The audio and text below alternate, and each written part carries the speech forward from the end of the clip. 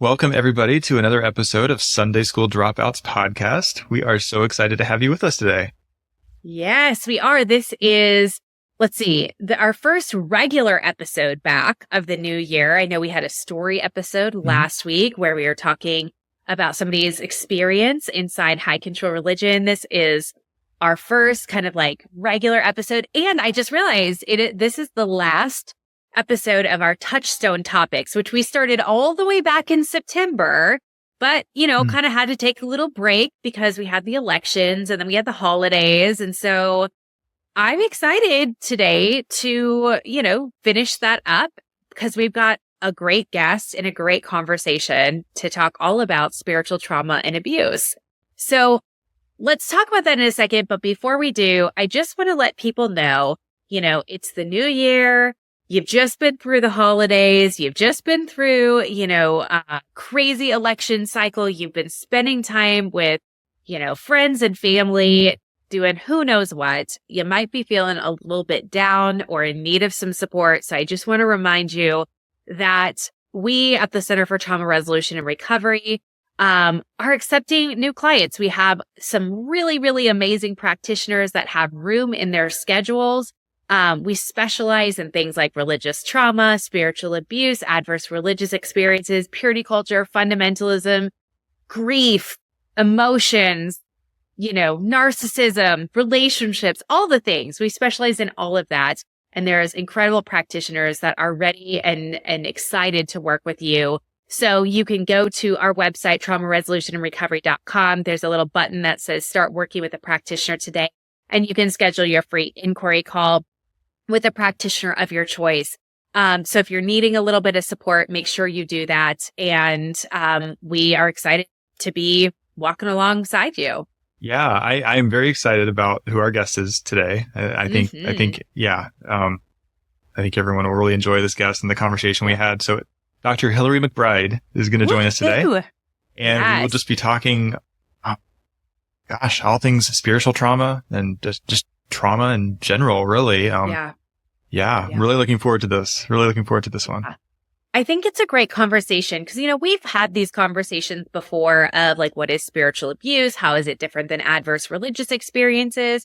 I think those are really helpful conversations to have. But I think what I love about talking with Hillary is that it's expanded beyond really religious abuse. Because I think when people use the term spiritual abuse, a lot of times it's really in the context of religion. And I think Hillary's work, as people will hear today, uses the term spiritual, whether that's spiritual abuse or spiritual trauma, for a much more expansive kind of understanding of like what it is that's happening to us and why it is so detrimental and impactful. And I really appreciate that. I'm excited for people to be able to hear that. We recognize that some of the topics we discuss in any episode may bring up feelings, emotions, and triggers that may require more processing or be too much to handle right now. So please always feel free to skip any episode or parts of episodes and come back if and when you are ready. Our goal is to help you trust your own body and lived experience, so take what you need and leave what you don't. Okay, everybody, it is time for a little flannel graph story time. But instead of telling you all the things that we are reading and learning, because we're always just so wise in our thoughts and learnings and everything, we thought we'd jump on that bandwagon of what is in and out. So what are we leaving behind in 2024? What's out? What's in for 2025? It could be serious. It could be funny. It could be whatever you want. But Andrew, let's do this. What is in for you in 2025? For me, what is in? Resting more. Okay. I like this. As an Resting Enneagram more, 9, you need more rest. Yeah. Yeah. Yeah. Whether it's because I'm an Enneagram 9 or because I'm an INFJ or because I'm a Taurus, whatever, all the reasons it fits, it tracks across all fronts. Yeah. More rest. More rest. Doing this probably also tracks. Doing things because you enjoy them. Mm-hmm. And then that kind of ties into also a big thing that is out. Well, at first I was thinking resolutions in general, like New Year's resolutions. Okay. If you like yeah. resolutions, okay, fair.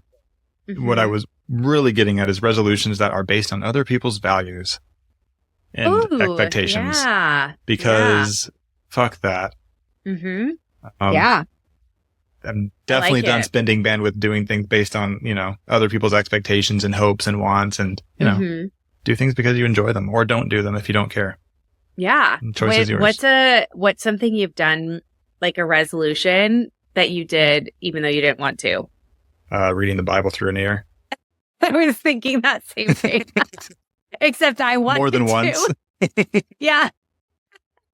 I regret how many years there were where I read it 4 times a year. Oh, wow, you were an overachiever. I didn't even do that, but so wise. Yeah. The last year that before I left altogether the church, like not only was I going to read the Bible through completely, but also reading with it like an entire commentary set. And now, because I was a good little Adventist, also read with it it's called the Conflict of the Ages series. Okay. It's like a 5-volume set that Ellen White wrote.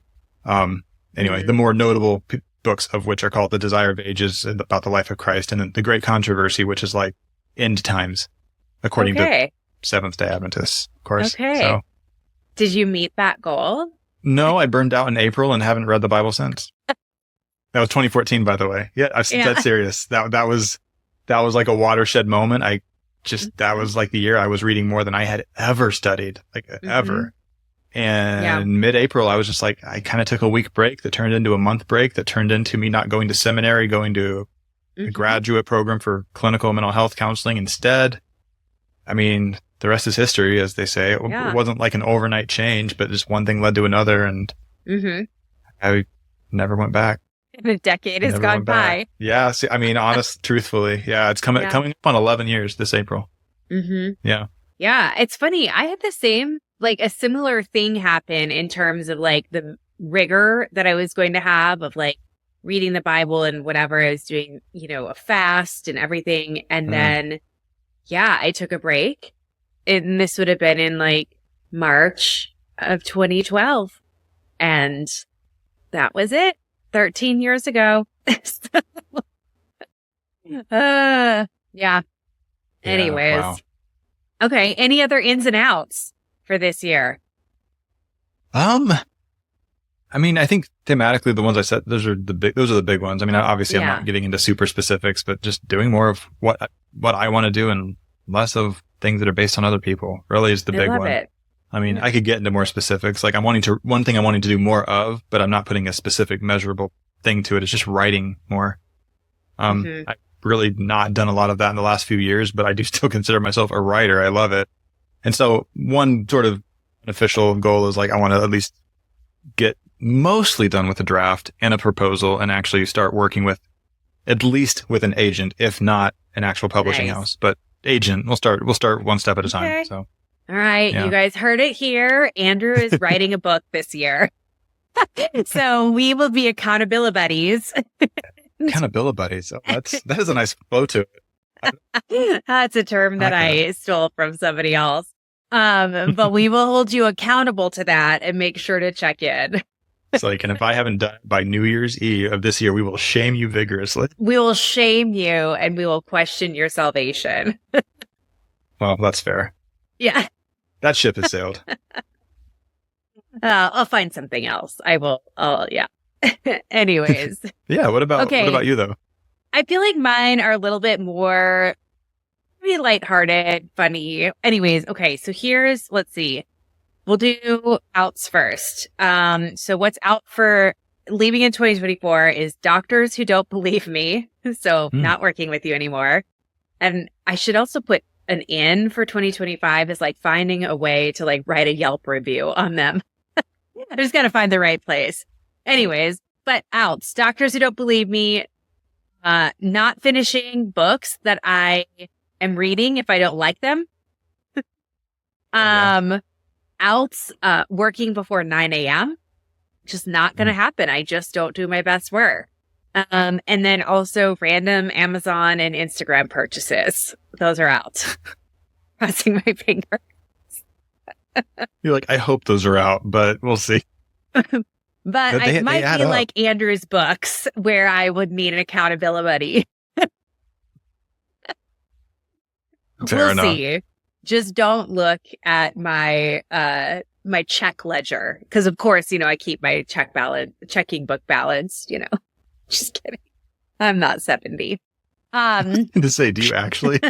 No, Well, no.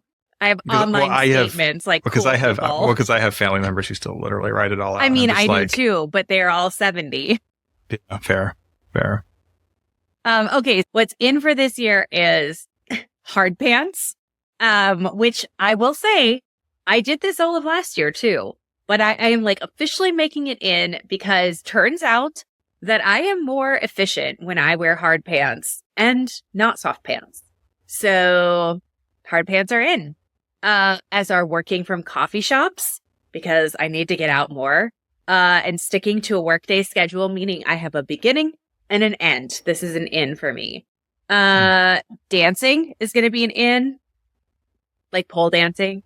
I'm just kidding. No, actually, maybe. We'll see.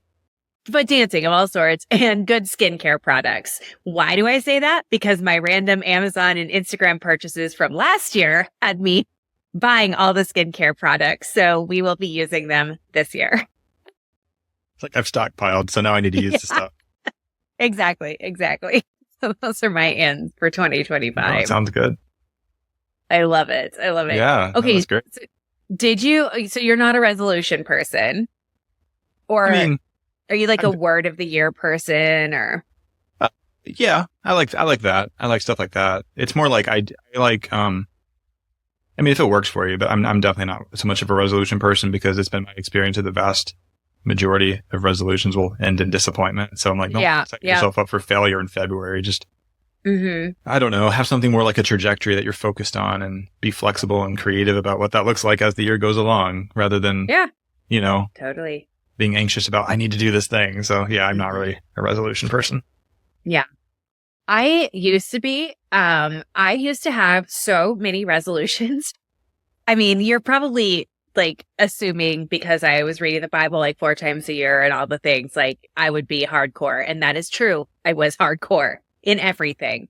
So yeah, I used to do like categories of resolutions that have like 10 resolutions for each category. So it was like physical, spiritual, emotional, relational, like all the things. And I also would like bomb out by February and really shame myself for it. Wow. So not effective. Yeah. So I do have some goals for this year, but I also like made them very tangible goals and put some steps behind them. Like, okay, here's how I'm going to do this. I'm going to do this, this, and this, and then the goal will be reached. And I think I can do it. So we'll see. Yeah. Nice. All right. I Well, love that. if y'all want to leave your ins and outs in the comments below, what do I mean by comments? We're on YouTube. So go to YouTube, watch this, leave your comments of your ins and outs, and we will make sure that we add you into our shaming this coming year if you don't keep them. So let us know what you're doing so we can make you feel bad about it when you don't. Exactly. Dr. Hillary McBride is a therapist, researcher, speaker, and writer. She loves to help see people grow, heal, change, and come into more fullness in themselves and their relationships. She is passionate about the well-being of all people and wants to make psychology and academic research accessible to a wide variety of people. In her client work, Hillary works with trauma and exploring intersections of spirituality and mental health, and also works with psychedelics and religious trauma, researching religious and spiritual trauma, purity culture, and more. In 2023, Hillary released the Holy Hurt podcast, where she dives deep into spiritual abuse and healing from it. And her book by the same name, Holy Hurt, will be released in April of 2025 and is currently available for pre-order. We are thrilled to be able to have Hillary with us today to talk all about spiritual abuse. Welcome, Hillary, to the Sunday School Dropouts podcast. It is so wonderful to have you here. I'm so happy to be here. I've been waiting so long for this. I know. I did. Yeah. We've been trying to plan this for a while. And so here we are. New year, new us. Or same us. Yeah, that's true. Same us. Who after knows? Our day. Hard to say. Yes. You know what? It's like it's close to the new year. So it's like, if we need a do-over tomorrow or like in a week from now, we can still start over. I feel like there's so much I don't do resolutions really. And I thought that I might this year, maybe. I was like, I'm going to take all January to think about if I'm going to. So if there's anybody else listening out there who's like, I don't know if I'm into this. I feel like we got all the time. Yeah. I love it. That's kind of where I'm at. That's where you're at. Yeah. We were talking about that before you got on. Yes. The resolutions and do we make them? And all the resolutions we used to make when we were deep into religion and how miserably we failed at them. So. You went there already. Oh, that's hard to, I imagine there's this long laundry list of things that were completely unattainable that we held ourselves to. And yes. And then shamed ourselves. Yeah. Yeah. And so maybe that's a good entry point because, we're talking about high control religion, spiritual trauma, all of that. I would love to know from you a little bit of your own history, however much you want to share about your experience inside of religion and maybe how that's shifted over time. Yeah. Thank you for that question. I think it's so important, especially as someone who researches this work and works with it clinically, to also situate myself personally as someone who has lived experience with these realities. It's so interesting to dig into this work and realize how much more connected I am to the material than I first thought. I think that's one of the things about religious trauma and spiritual trauma that has become more obvious to me the more I've studied it and worked with it, is how when it has a kind of ubiquity to it, in that it's a cultural norm, it's a relational norm, it's a family norm to be in a system that functions a certain way, it necessitates having a certain amount of distance from it and hermeneutic skill and strategy to even be able to understand that that was the thing that happened, that was even what was going on. And so I found myself over the last few years, even though I've been a trauma specialist for a number of years, and as a psychologist, I've kind of worked deeply in the intersection between mental health and spirituality and how those go both ways, regardless of valence. And what I've realized in the last few years is, wow, I think there's a lot of injuries that I've accrued, wounds that exist existentially and spiritually that I didn't know how to name, that were normative for me. And so thinking back all the way to discipline in my family of origin, the stories that I heard growing up about what was going to happen in my life, what I was responsible for, what happens after this life, all the way to experiences in my adulthood, even as a clinician trying to speak up in religious context, to advocate for patients, for people with mental health, to kind of get my foot in that conversation and being treated in such a way that, was deeply problematic. It feels like there isn't many times when I've been in a religious context where there has been that have been absent of wounding. Yeah. And I say that very aware of a few things. One, I actually feel really connected to my spiritual tradition as well. And I've negotiated around some of the complexities for me in a way that feels like I have some agency and voice and I'm connected to what's meaningful. And I'm aware of the literature that says religion is actually kind of psychologically neutral in that it can be negative, it can be positive, it can make no difference. And so what I'm not saying is that all religion is bad or it harms every person. But what I'm recognizing is the different seasons of my life, the different churches, the different denominations, the different contexts. Like, oh, there's always something I can look at and point to and go, that injured me deeply, whether it's got like a single incident that's got a beginning and end, or the things that were kind of normative and just the water we swam in. Yeah. Yeah. Thank you. I know that's not really giving you many personal anecdotes. That's okay. My high level reflection of it. I'm happy to share more details and if that's useful. No, I really appreciate that anecdote. I've similarly had some like my own work that I do with clients, and like a couple of years ago, having kind of this moment where I realized my church of origin is Seventh-day Adventist. And then like some stuff coming up where I realized there's still some stuff that I thought was not relevant in my life anymore, that I now am realizing I need to go unpack that in my own therapy. And anyway, So I mean, I appreciate just even the nuance of what you just described there. It's interesting noticing these things over time. Right. And we can be this is the funny thing about trauma. And like, as I mentioned it, when there's injuries that are also the fabric of social connection, it is so hard to pull apart the things that were necessary to be ignorant of, to consent to swim in order to belong. Like, we are so dependent on our social connections, not only for survival, but also for our thriving. It's like such a necessary ingredient for every aspect of our psychological, physical development, that it is amazing to me still, the things that our mind can do, the things we can block out, what we can dissociate from, what we can adapt to, what can seem normal, just so that we stay close to people who we love. Yeah, I think that's why I've always resonated with like religious and spiritual trauma fitting under the umbrella of complex trauma and, that and developmental, because really the whole foundation of that is that it's like the totality of the person. There's not just, we're talking about the way of life. We're talking about relationships. We're talking about all of survival, and it's baked into you, right? Mm-hmm. Like every aspect of you is impacted by it. And so coming out of that, it's like a lifetime of, kind of untangling all of that. And, it comes off in layers, and sometimes really big moments and other times really subtle moments. But the complexity of it, I think, is what can feel so daunting and overwhelming for a lot of people.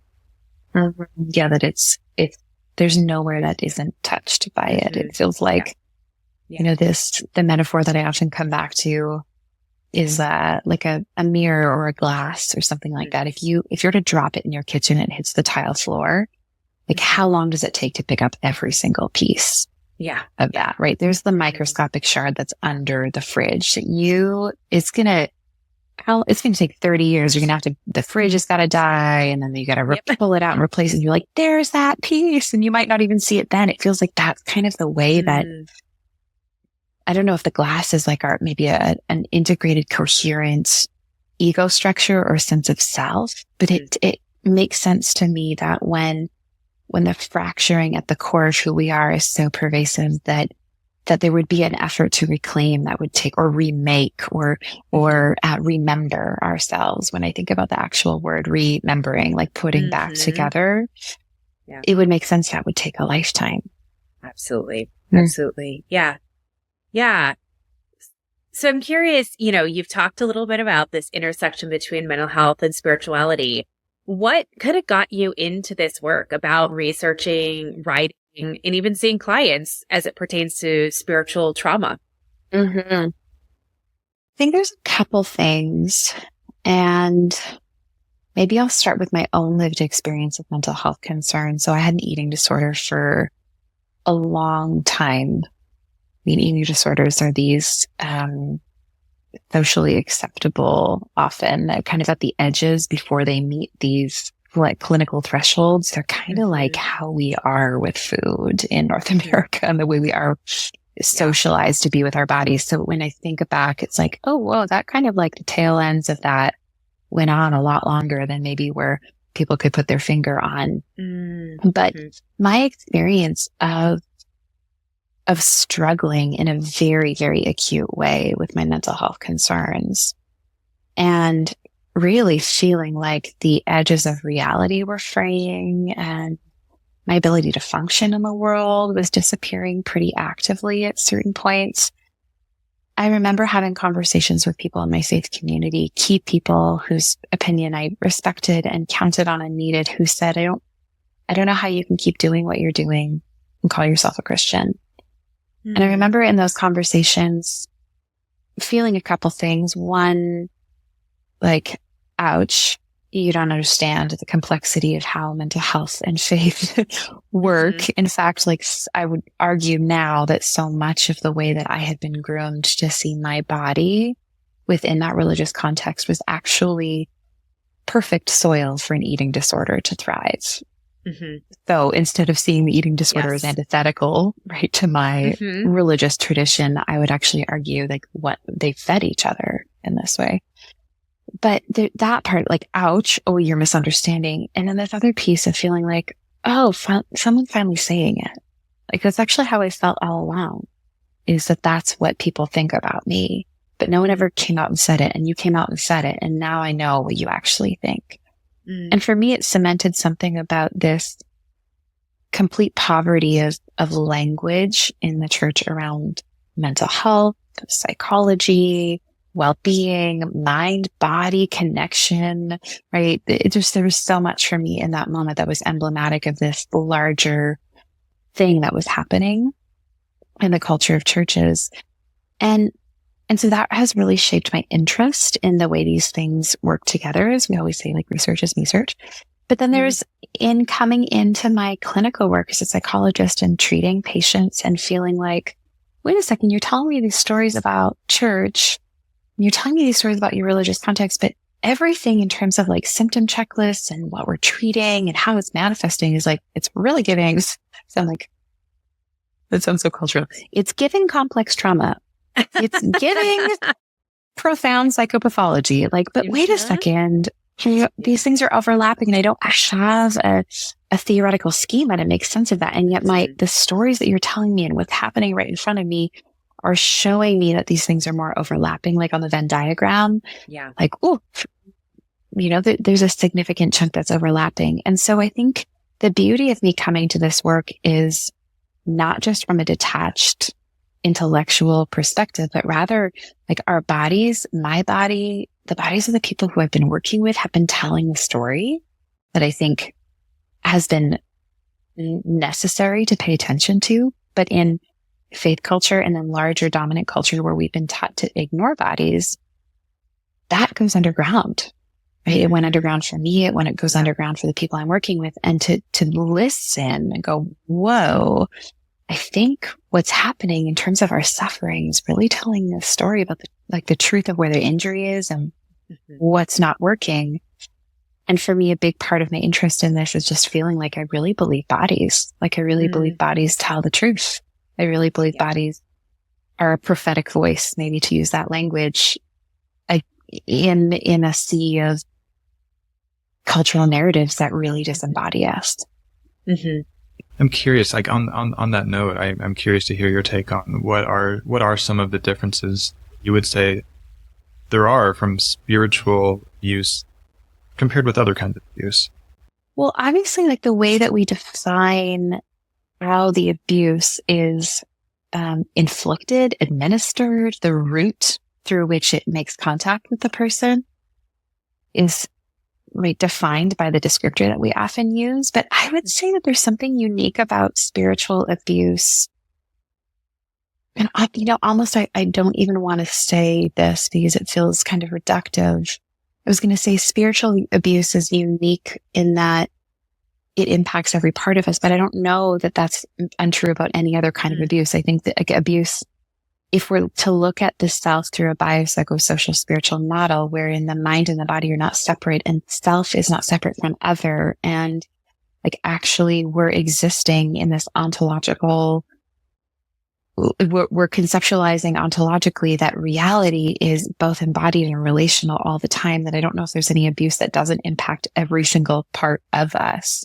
But maybe the thing that I would define about spiritual abuse that would be different is that it's been so invisible as a category that I think that when we look at diagnostic criteria for traumatic events, index events, when we understand the research literature about how people have been studying for some time now, the link between abuse and trauma and the symptom presentation, I don't think that spiritual abuse has gotten the same kind of validating research, kind of empirical backing to say this is a real thing. And that's maybe the only thing that differentiates it in terms of how it lives in people. And maybe compared to other kinds of abuse, it can be lauded as the right thing to do. And culture at large would say, don't hit that person, or don't abuse, there's something about the framework within which spiritual abuse happens that it's often considered loving or good. So there's this kind of manipulative angle to it that makes it at times hard to put our finger on. So there's that, like, it's hard to identify. It's seen as good. It's seen as actually right, often by the people who perpetrate it. But in addition to that, it's been so invisible because we haven't had language, diagnostic criteria. We haven't had definitions. We haven't had empirical research to reify it such that people can begin to trust what their bodies have been saying the whole time, that something has wounded them in a profound way, and that they can trust that reaction is telling something valuable. I'm curious to hear what both of you would think about that. Like, when you think about how is spiritual abuse different? I mean, as you were talking, I mean, I'm like nodding my head, agreeing, like, yep. I totally, I think part of, like, for lack of a better term, the mind fuck around it really is the God says piece, like, this is something that's coming from a higher power. Maybe it's carried out through humans, but there's that overarching spiritual authority or figure that's carrying it out. And even if the culture says it's quote unquote bad, like hitting somebody, right? But God says this. And I feel like that there's so much more that I've had to work through with myself and with clients of, like, wait, that's wrong. Like, that's actually wrong. Like, here's this thing that I was taught, like, to hate myself. That's a loving thing, to actually hate myself. That's how I serve God or show my allegiance to God. And on the outside, we'll say the outside world, whatever that even means, right? Like, people not growing up in that environment, they might not love themselves, or they might have some self-hatred, but it's not necessarily coming from, I hate myself because that is in service of this higher power, right? It's not going towards something. I think that's where there can be that missing, maybe that's the missing piece with spiritual abuse, is that, like, it is abuse, but it is, like, told to us as love, it's not, it's literally the opposite of right. what anybody else would say or think. Right. Well, to what both of you just said, and the invisibility piece, I think, is so key. It's the thing that I have noticed just anecdotally in the work that I do with clients is, that oftentimes the abuse wasn't seen as abuse.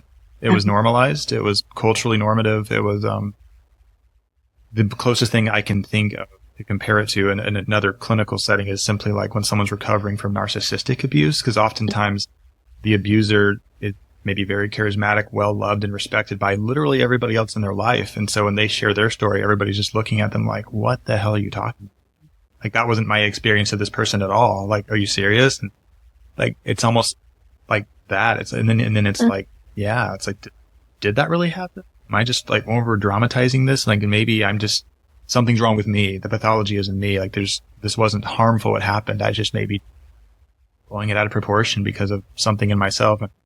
I don't know. I've seen that is one difference. It's like so frequently I have found, or folks I've worked with, it's like it took a long time to recognize it as actually abuse, some of the things that happened.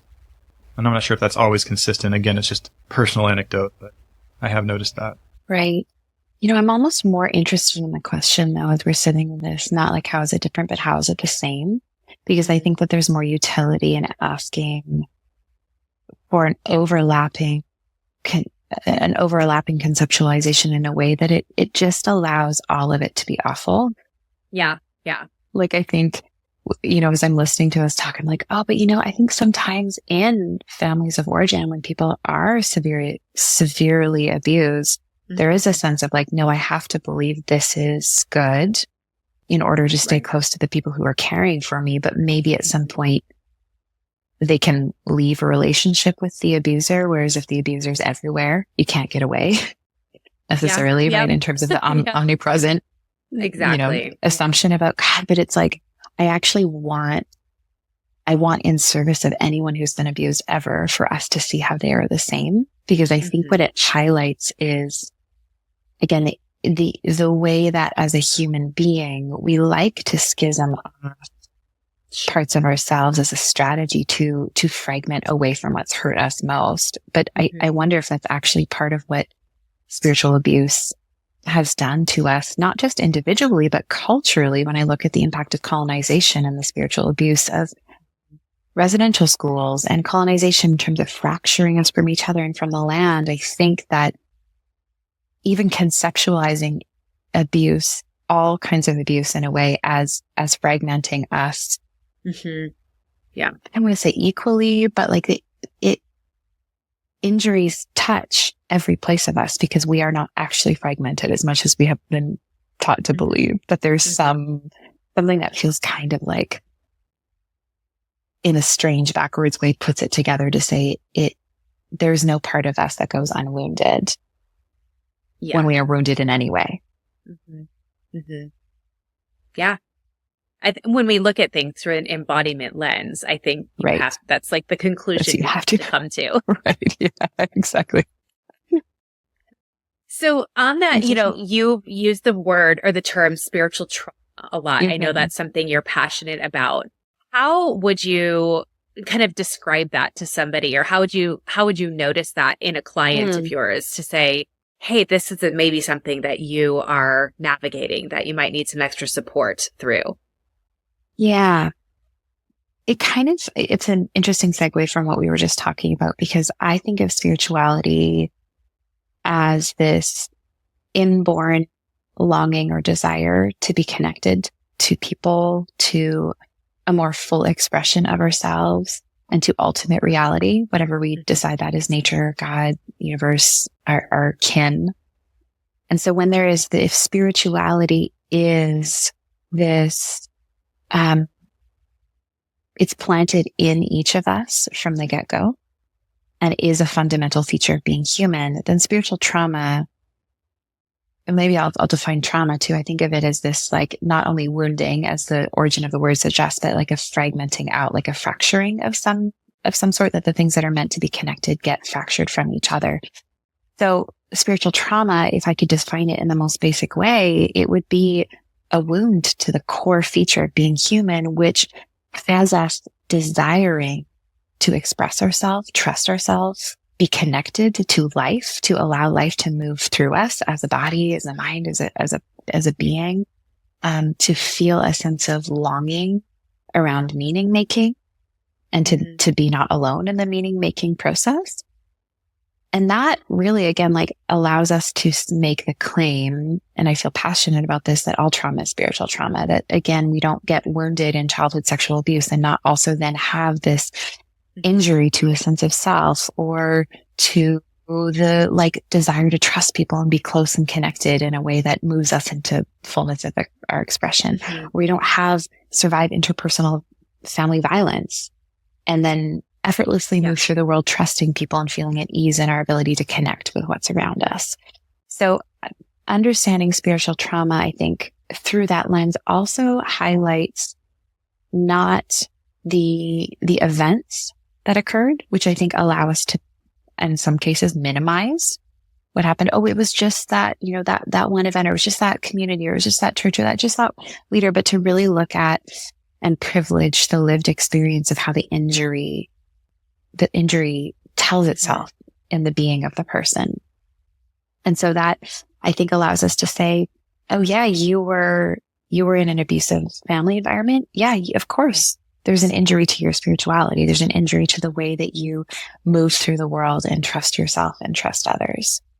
And so I use that definition liberally, because I think it also allows us to have political and social conversations about systemic fractures that keep us disconnected from each other and from the land, in a way that then also, I think, points to what healing looks like, as just kind of like mending of the fractures that happen in nested ways in our bodies, in our communities, in our systems, between groups of people, and with all living things. Yeah. So it would be fair to say then, like, spiritual trauma and religious trauma are not the same thing, correct? Mm-hmm. Yes. Which I think is important for people to differentiate between, because I think those, I think a lot of people will interchange those words, right? So spiritual or religious trauma, spiritual or religious abuse, right? And it's this, I hear the word spiritual, that means my pastor, that means God. When what you're saying is, no, the spiritual piece can be a connection, a relational connection that has nothing to do with a God or a religion. Right. And it could, but it doesn't. It could. Exactly. It could. It's almost like a term that allows, like, it's a wider definition that allows us to have religious abuse and religious trauma subsumed within it.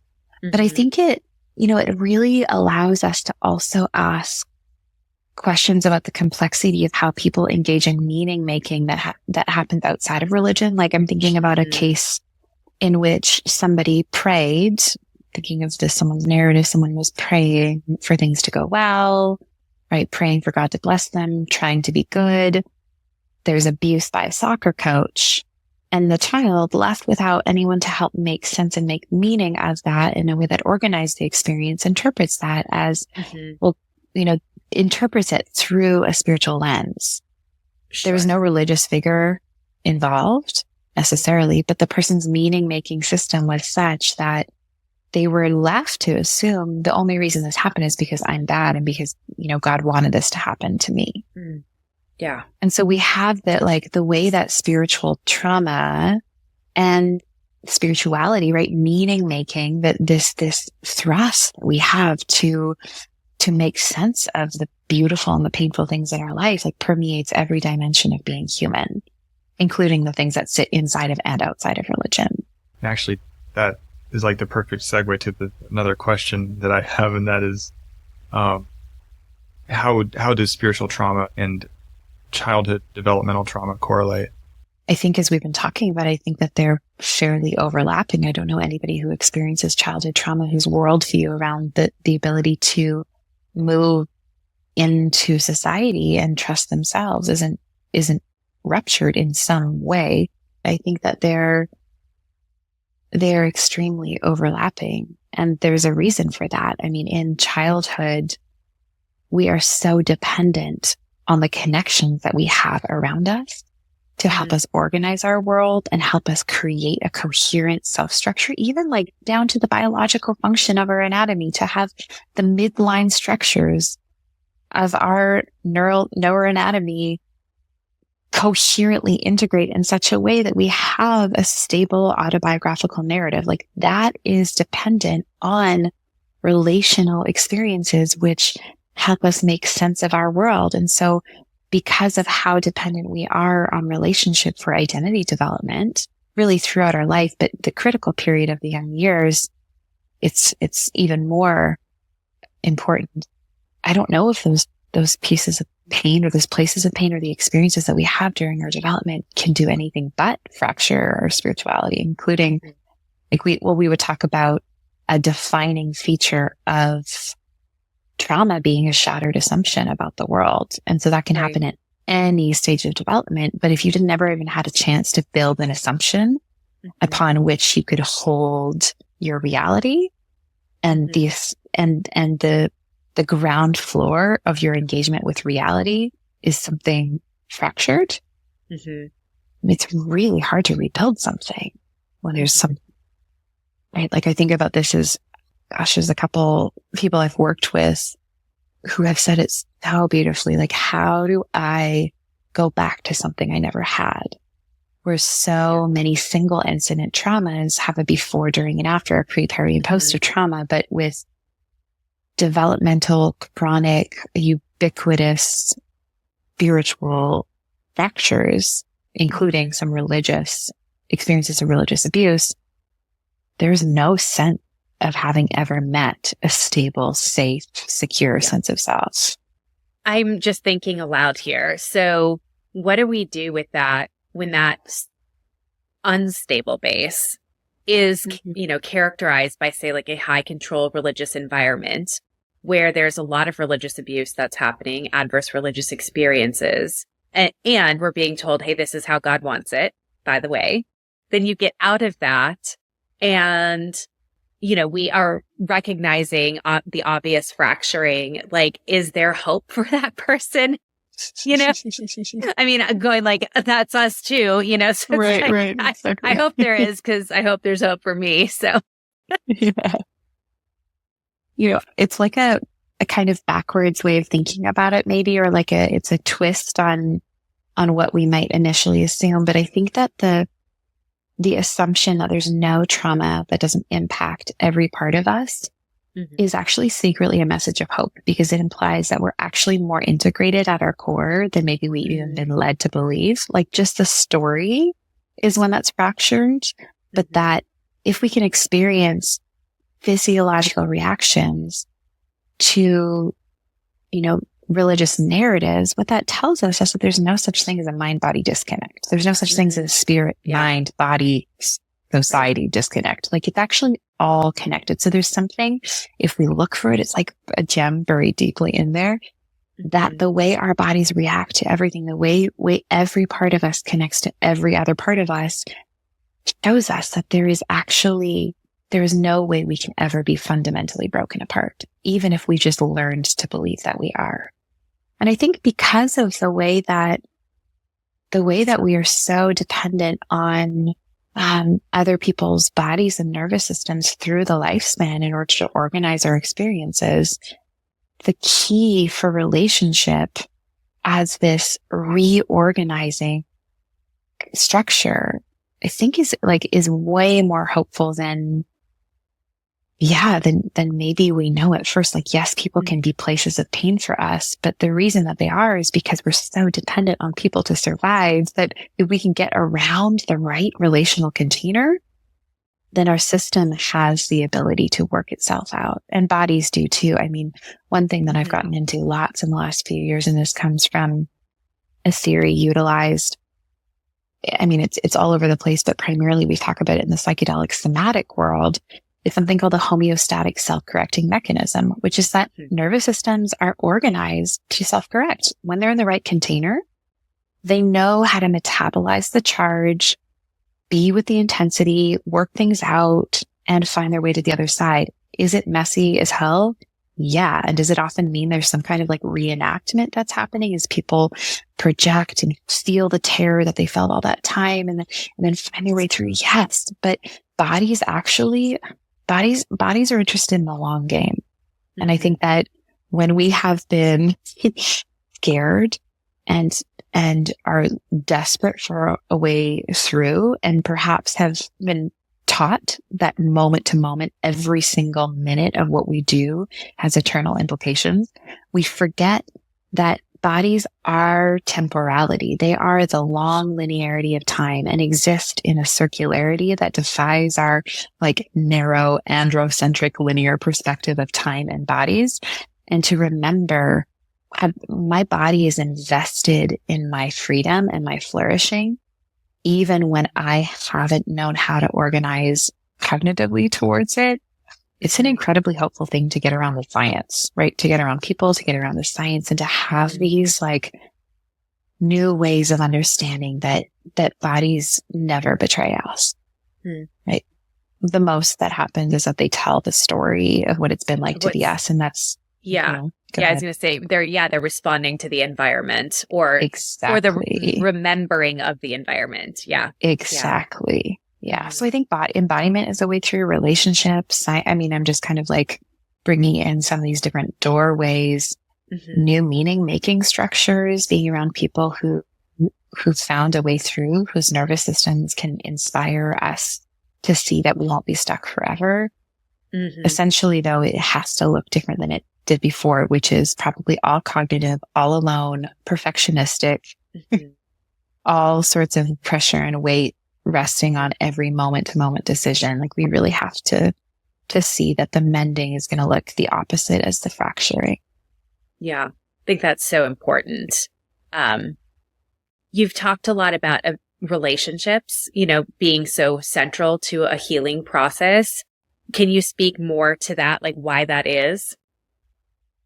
Yeah. Like, as a species, as a species, we need connection to survive. That's how we've evolved. And so it's baked into our biology to connect in these really implicit ways, to pick up messages about safety and danger from the people around us. We're just like, as organisms, super finely tuned to connection as a pathway, to survival and to flourishing. And I think what comes to mind is a really significant paper that was published in 2017 called The Social Model of Post-Traumatic Stress Disorder. And what they showed in a significant way empirically was the way that how community responds to people's traumatic experiences and disclosures predicts the outcome and the severity of the trauma response. It was like we could say, like, duh, right? Like we look at it and we're like, yeah, okay. Like, no, but people say so shitty things, like, and you feel worse. Like people like underbelieve you, and then your body is like, oh my gosh. Right? Mm-hmm. But I think it's like the way that I define it when I'm talking about it with patients, or how I've understood it for myself based on traumatic events or experiences or pockets of time that I've been through, is these events that overwhelm us signal to our body we are not able to manage with the resources we have inside of us. This is too much for us, and it's a threat to our organism, to our survival. And then when we are seen by somebody in a way that validates our experience, tends to us, helps us, comes close to us, normalizes, isn't interested, it is the exact opposite thing in our bodies as what happened at the time of the trauma. And so not only do we have a sense of a pathway for healing, but even more elemental than that, the connection signals to our nervous system the trauma is over. Yeah. Right? The event, the abuse, it's over by definition of someone caring, interested, believing, privileging your experience, wanting to help you make sense of it. And even before we can get to the healing, we need to have the experience of, whoa, the bad thing that happened is over. And connection, when it's done well, signals that the bad thing is over, and then can also be the pathway forward. But if we never get that, then our bodies don't get the sense of being able to move through to the other side and feel like there was an end. It's just another traumatic event, another, and like on top of another one, on top of another one. Then you have a whole string of them. And then it's hard. How do you differentiate out the trauma from your day-to-day reality? So I think if we can show up for each other and know how to do that skillfully and undo our aloneness around the moments of terror and overwhelm, I think that if we can change how we do that culturally, then we're going to see a dramatic shift in the instances as, even I'm just thinking from a public health crisis perspective, like if we can listen well and skillfully support each other, regardless of how we define what the trauma is, I think we're going to see lifetime prevalence of trauma, symptomatology, and disorders decrease. I love that. Yeah, I'm just soaking it all in very much here for all of that. So certainly the latter half of what you were saying there, I think already touched on this a bit, but certainly I want to really, especially for the sake of everyone listening, like what are some helpful tools and modalities to recover from spiritual trauma, like in some concrete terms, like certainly social connection, usually important. But what are some other tools that you would suggest for folks who are wondering what would help? Yeah.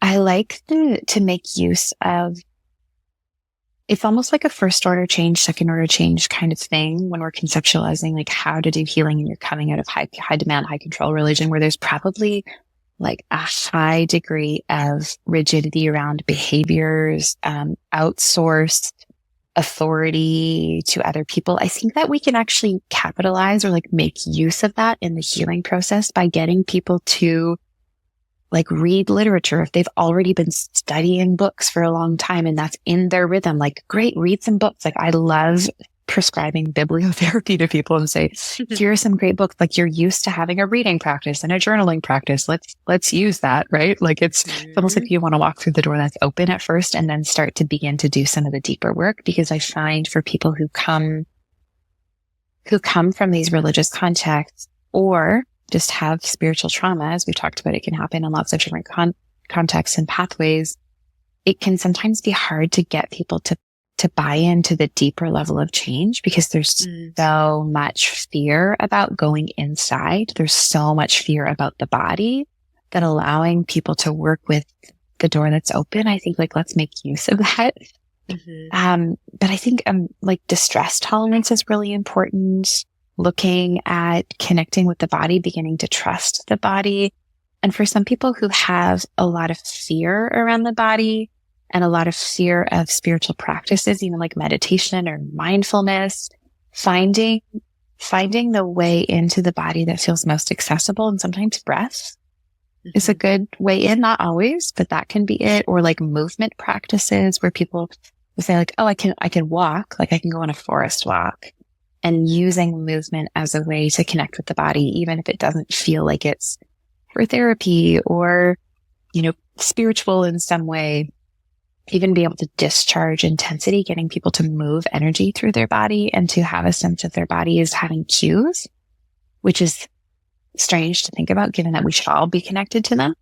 But like, I'm thinking about the number of times I've prescribed to people, like, I want for you to actually get your heart rate up, and I want for you to feel what it's like to have your heart beating, just so that you can associate to the sensations in your body, noticing, like, play with how much you eat and how much you drink so that you get a sense of like, well, that's what it's like when I'm full, or like, that's what it's like to be thirsty. Like just getting more acquainted with sensation, because I think then we can start to open the door to sensation around emotion, which is usually the gateway to beginning to process intensity around emotion and narrative and really so much of what's been trapped inside. But I like to say to people, like, you need to get away from a context that is so overwhelming that you can't even begin to locate where you exist. Like, get as far away from that as you can possibly get. That's fine. And find people who are going to journey with you to do that, which is part of, I know we were talking before the interview started, but the Spiritual First Responders Project and the idea of creating belonging as people ask questions that they've maybe never been able to ask before, or figure out who they are on the other side of religious de-identification, which is often a stage of healing for people who've been in religious contexts that have been very abusive for them. Yeah. I love all of those because, one of the questions I had was around like the connection between embodiment and spiritual embodiment as a tool of healing and recovering from spiritual trauma. But I feel like for so many folks coming out of high control religious contexts where the body is made to be evil, vilified, we should shut this down, do not listen to your body, that sort of thing. The body that also feels like such a dangerous place to be. And so it's a very hard place to start. So something like, distress tolerance from DBT work or, mindfulness, meditation, it's like those are very necessary skills to then even contact the body. Exactly. So that we can move into that direction. And you've said, our bodies tell the truth. Our bodies tell the stories that, it shares our beliefs of, the environment either presently or that we are remembering. How does embodiment help us resolve that trauma? Oh my gosh. Well, I like to think about the body as the body is who we are, first of all. And so when we connect with our body, we get connected to our story, to ourselves. I think beginning to experience the body as a resource for us helps us see that the body is not just like a bag of trauma memories and activation and terror, but the body is also the place where the courage to face it is found and the pleasure on the other side of having done something brave is. So conceptualizing the body, not just in terms of this like either or it's all bad, but everything that I need to face what's inside is also inside. Like the courage is there right alongside the terror. So starting to look for both. I think that's important. And feeling into the ways that our bodies are the place where mind exists. So instead of seeing mind as this disembodied astral projection, like cognition that is fragmented out from the rest of who we are, like this is a fairly well understood concept of mind as an embodied relational process. And so if body creates mind, then when we change our body and we do something with our body, it changes how our mind operates. And I have a colleague and friend, Dr. Jerome Loba, who's a functional neurologist, and he says for every mental problem, there's an embodied solution. So the way that I like to teach my graduate students that, or like how I talk about with my patients is you're feeling mentally stuck, move your body, right? Create flexibility and maybe a little chaos in the body. And it's going to kind of shake up and disorganize the way we do cognition and the rigidity. So if you're used to doing everything really linear, what about some like free movement? What about some nonlinear, unstructured, ecstatic dance? What about like, well, I'm just going to move my hand in these unexpected ways. It could be as simple as that, or take a shape, take another shape, take another shape, take another shape till you kind of run out of these prefab ways of moving. And then your body is on the edge of doing something new. And it can disorganize some of the rigidity in our minds. So I think understanding the body as the place where we can disorganize and reorganize mind helps us feel like we don't have to figure it all out cognitively.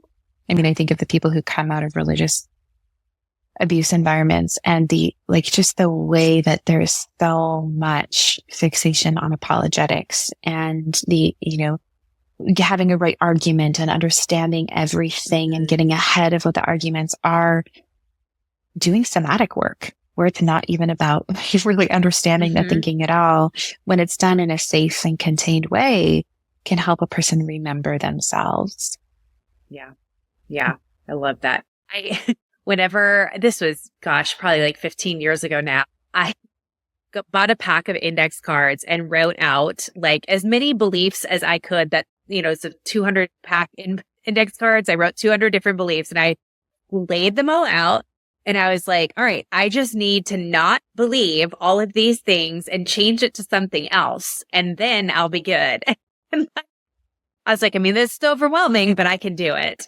Yes. It is not shocking that did not work. But starting to do somatic work, absolutely. Not that it was not a bad pursuit, like in terms of like, it was good for me to explore and examine and do the deconstructing thing or whatever. But yeah, it didn't take away that embodied fear and, terror and all of that. Right. Yeah, exactly. Yeah. I think people who are familiar with my work will have heard me say you can't heal from control by controlling what healing looks like. Right. These like so meta levels. Like if part of the injury was perfectionism, we're not going to heal through perfectionism, right? You cannot it's Audre Lorde. You cannot dismantle the master's house using the master's tools. Like we have to do something different if we're going to get unstuck. We're going to get free. Yeah. I feel like my clients get so tired of me saying this, but they're wanting this big cathartic release. And I'm like, okay, we're just looking for maybe like a micro movement here. They're like, but why not? And I'm like, because we cannot resolve the way that it came on you, that it happened to you. It happened through overwhelm, through too much, too fast. Like we can't heal that way. And then they always giggle. Like whenever it happens, they're like, oh, that's what you meant. I was like, yeah, that's what I meant. Like, okay. Yeah, that's good. I love knowing that you're doing that work. So good. Yeah. Good. Yeah. What encouragement would you like to offer to survivors of spiritual trauma? I believe that there is a place inside of you, even if it feels like it's just outside of your awareness, that knows and has never forgotten that you are good and loved deeply, deeply, deeply at your core. And that's the truest thing about you. And I think sometimes we want that to be in our mind, but I actually think that that's often in our nervous system that we find the truth of that. And so that's in there, even if you don't have touch, if you're not in touch with it. I know it's in there.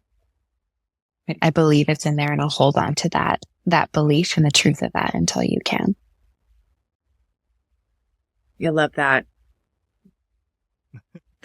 I think what drew me to like doing somatic work was reading one of Peter Levine's books. And he said kind of like the whole goal of healing is to come back to your sense of inherent goodness. And I was like, well, if that isn't just a giant FU to religion, I don't know what is, but I'm in, I want that, because I agree with you. Like that's inherently within us, always has been, may have gotten covered up a little bit. Yeah. But it's still there.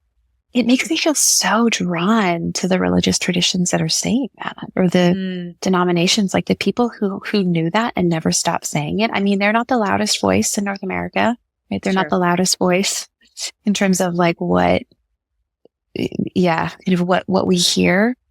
But there are people out there who have been saying that to be true, and that is the message, right, of what is happening here. And that's the message of love. And I feel so in awe of those traditions, because we need more voices. We need more people. We need more traditions that say that, and we need to be more connected to them. Yeah. Yeah. I agree. Where are you? Just like, come out. Yeah. Well, as we wrap things up, is there anything that you wish we would have asked you that we haven't talked about or asked about so far?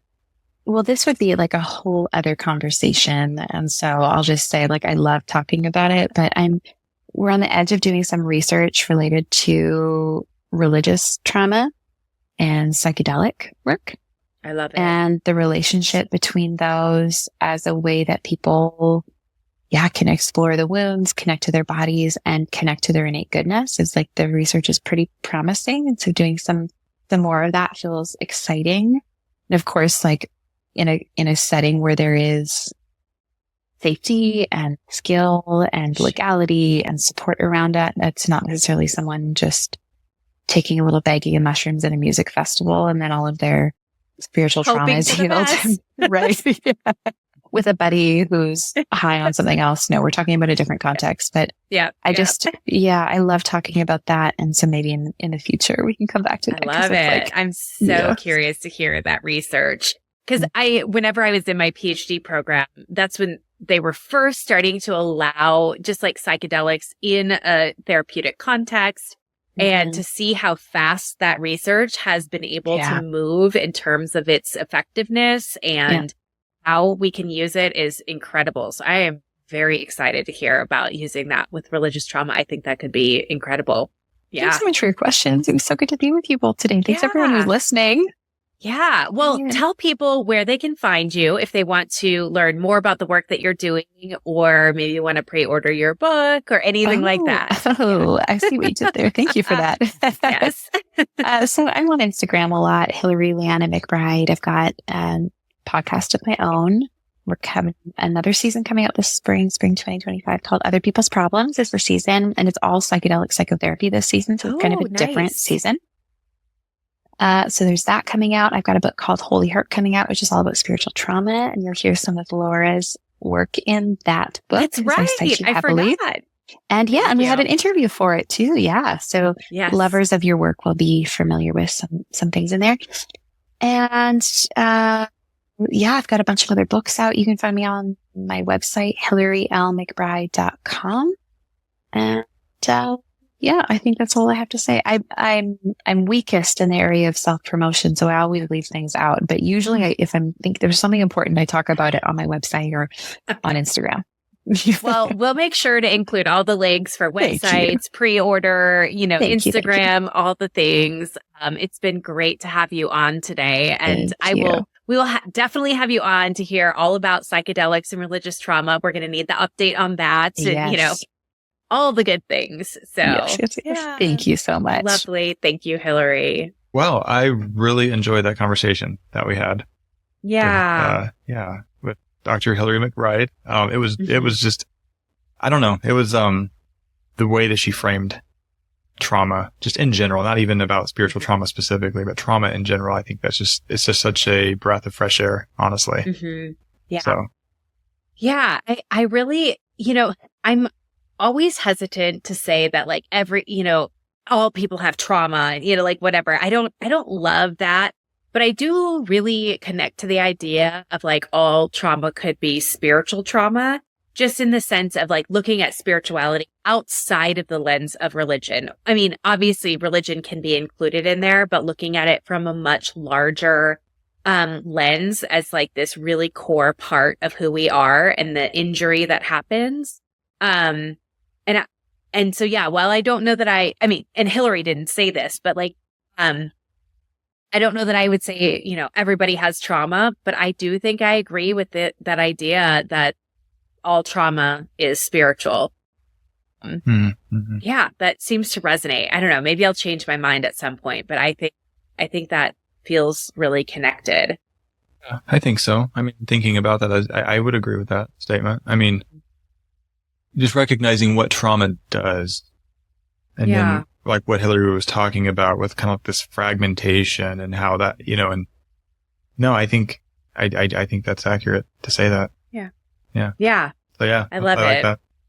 And yeah, I'm really hopeful that people can, feel encouraged and be able to feel validated that idea of like what happened to them was that bad. It didn't have to be a car accident, clergy sexual abuse, a natural disaster. Like these things that happen over time in environments can really have an impact. And there is support for that. There is hope and that, there's the goodness inside all of us that we're just, taking off the layers till we can get back to what that is. And that to me has always been the point of healing from trauma is the finding of that inherent goodness. So I love that she ended on that note. Yes. No, I love that too. Of course, I didn't really make a plug during the thing about internal family systems and parts work, but that is just, that is it to a T. Like that you're inherently good. Mm-hmm. Nothing bad in you. And you've always been that way. Yes. It's just due to different burden parts or different things that happened that maybe should not have happened. And, that's what has obscured it, but it's never changed the fact that you are inherently good. Yeah. As you said that, I'm like, I think that's why internal family systems really connected to me whenever I first started doing it, because it was the first modality of therapy that I learned and did as a client, post religion. And I find that many of my clients also really connect with the language of parts. But when you get into the language of parts, what you find is that you're trying to get to that core self with the capital S self. And in that, there is no bad, no evil, no, no unworthiness like we're taught inside religion. And so I wonder if part of the reason it resonates is because it's like calling out that core part of us that has been covered up by so much religious shame and indoctrination. Yeah. Yeah, I think so. Because it's even just the idea that your parts, that your core self, yes, but even the different parts of you like have this innate wisdom about as far as what they need to heal, which totally undermines that whole structure of like this appeal to authority, like that we had like this externalized locus of control when we're in these high control systems where it's like, God is the answer, the Bible is the answer, and the men who interpret the Bible, those are the authorities through which we get what we need. Where it's like, no, actually you yourself inside inherently have, and you have the wisdom to know how to do it too. You maybe just aren't connected, but it is there. And I trust that it is there. Mm. Yeah. That is beautiful. Well, I'm so excited that everybody got to hear Dr. Hillary McBride with us today. Make sure that you go and pre-order her book wherever books are able to be ordered. It's going to be great. It's coming out in the middle of April. Follow Hillary on Instagram. Go to her website, check out everything that she has to offer. And just generally support her work. And I think with that, all God's people said, Amen. Amen.